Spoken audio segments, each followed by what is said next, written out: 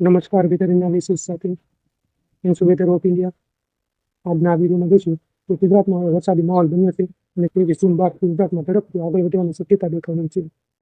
હવામાન વિભાગે મહત્વની માહિતી આપતા જણાવ્યું છે કે 23 જૂન બાદ નૈઋત્યનું ચોમાસું મહારાષ્ટ્ર, તેલંગાણા, ઓડિશા, ઝારખંડ અને બિહારના કેટલાક વિસ્તારોમાં વધુ આગળ વધવા માટે અનુકૂળ પરિસ્થિતિ બની ગઈ છે. આગામી દિવસોમાં ચોમાસાની ગતિમાં વધારો જોવા મળી શકે છે. બંગાળની ખાડીમાં ચોમાસું વધુ સક્રિય બન્યું છે અને અરબી સમુદ્રમાં પણ સિસ્ટમ સક્રિય થઈ છે.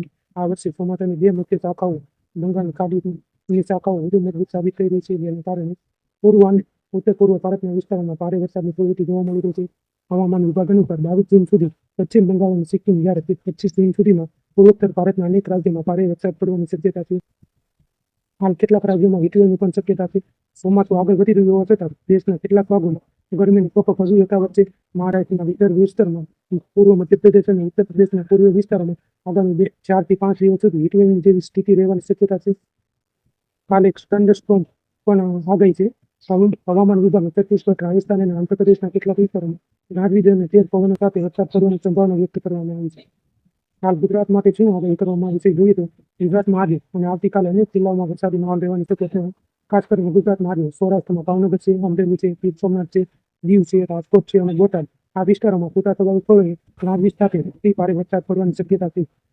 મધ્ય ગુજરાતમાં જોઈએ તો અમદાવાદ છે, ખેડા છે, આણંદ છે, વડોદરા છે, મહીસાગર છે, પંચમહાલ છે, દાહોદ છે, છોટાઉદેપુર છે, તો તેમાં વરસાદી ઝાપટા સાથે વાતાવરણમાં ઠંડક અનુભવ થઈ શકે છે. દક્ષિણ ગુજરાતમાં અત્યારે લાઈવ વરસાદ શરૂ થઈ ગયો છે, તેમાં ખાસ કરીને ભરૂચ છે, નર્મદા છે, સુરત છે, તાપી છે, નવસારી છે, ડાંગ છે, વલસાડ છે, દમણ અને દાદરા નગર હવેલીમાં સવારથી હળવાથી મધ્યમ વરસાદની શરૂઆત થઈ છે. હાલ ગુજરાતમાં ચોમાસું ક્યારે રમતા ગામ છે રમ હવામાન નિષ્ણાંતોના મત મુજબ ગુજરાતમાં ચોમાસાનો પ્રારંભ થઈ ચૂક્યો છે, પરંતુ હજી કેટલાક વિસ્તારોમાં તેની સત્તાવાર સ્થિતિ અંગે મતભેદ જોવા મળી રહ્યા છે. જોકે હાલમાં મોડેલ અને પરિસ્થિતિઓ જોતા 24 જૂન બાદ ગુજરાતમાં વરસાદની ગતિ અને વિસ્તાર બંને નોંધપાત્ર વધારો થઈ શકે છે. મુખ્ય મુદ્દાઓ વિશે વાત કરીએ તો 23 જૂન બાદ મહારાષ્ટ્રમાં ચોમાસું આગળ વધવાની શક્યતા છે, જ્યારે ગુજરાતના દક્ષિણ અને મધ્ય ગુજરાત અને સૌરાષ્ટ્રના વિસ્તારોમાં વરસાદની આગાહી કરવામાં આવી છે. 24 જૂન બાદ ગુજરાતમાં વરસાદ વધુ સક્રિય બનશે અને ભારે વરસાદ પડી શકે છે.